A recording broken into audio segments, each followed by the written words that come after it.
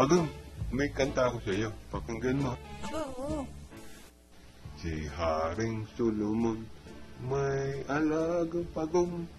Ang pagong na ito'y saksakan ng baho. Ang mabahong pagong tunay siyang nangangamoy. Tulad niyang pusang hindi naliligo. Ang pagong ito'y laging nakasilong. Takot na mabasa, baka raw masipon. Kung kaya ang bisyo sa umaga't hapon, laging natutulog kahit nagugutom.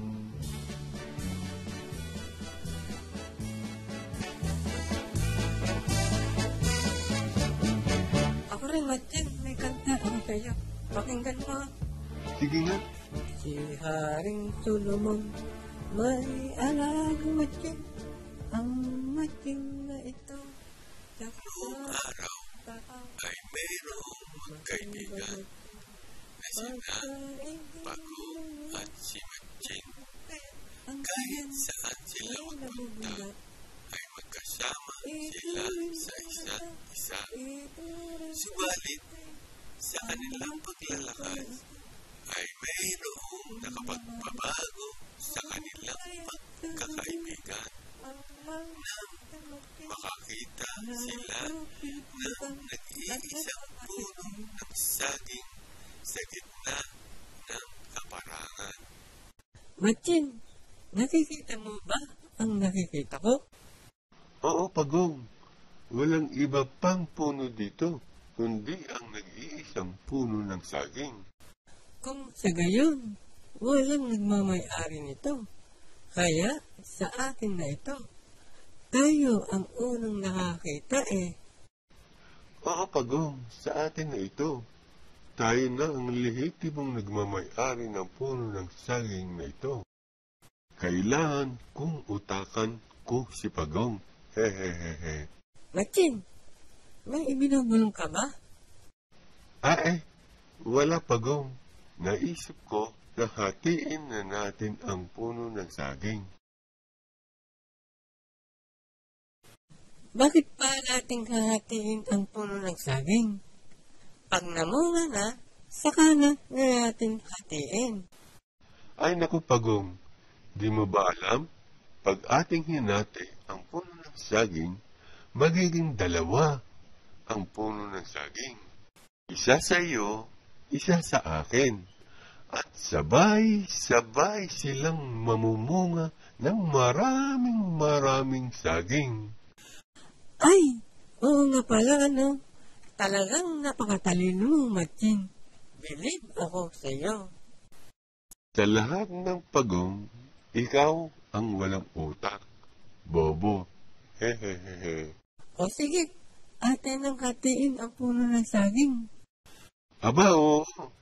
Iyo ang puno. Ang sa akin ay may mga dahon. O sige. Nasasagot na akong mamunga ang mga puno ng saging natin. Ay naku, Pagong. Mayroon tayong problema. Ha? Anong problema natin? Matyan. Kung paano natin puputulin ang puno ng saging? Wala tayong pamutol. Di kailangan natin na ito. Tama ka, Pagong. Kailangan natin ng itak. Pero, saan tayo kukuha ng itak? Mayroon akong alam kung saan may itak. Magnanakaw tayo.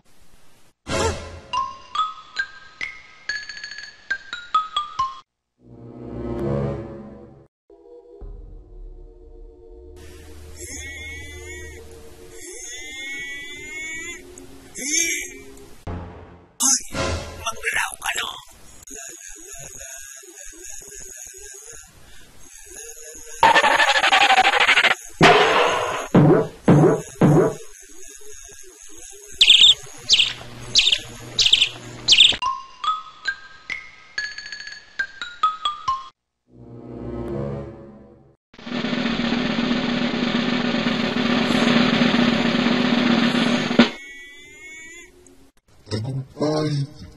tagumpay.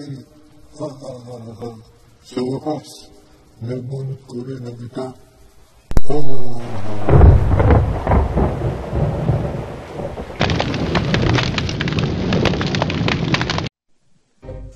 Matching, bakit sunog na sunog ka? Ha? Ay naku, Pagong. Di mo na kailangang itanong mo yan sa akin. Kitang-kita mo naman kung paano ako tamaan ng kidlat. Eto, sunog na sunog ako. Hehehehe.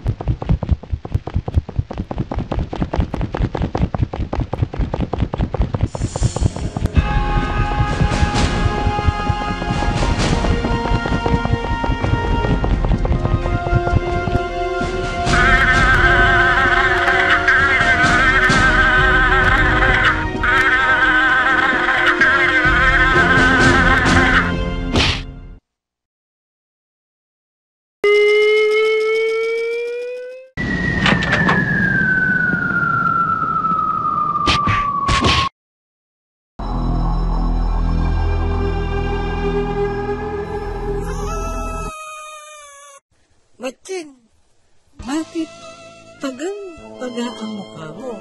Ha? Ay naku, Pagong. Di mo na kailangang itanong mo yan sa akin.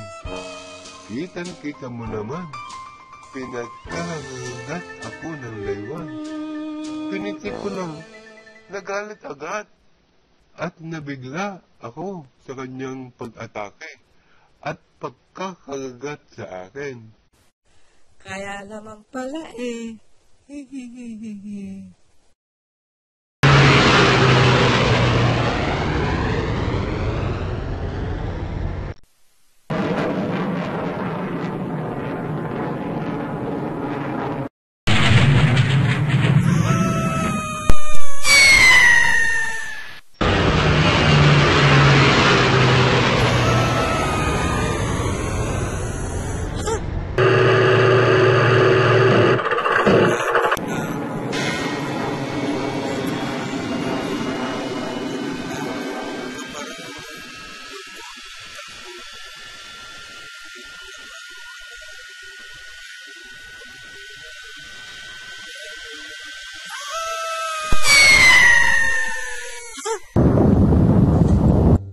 Ay, naku, Matching.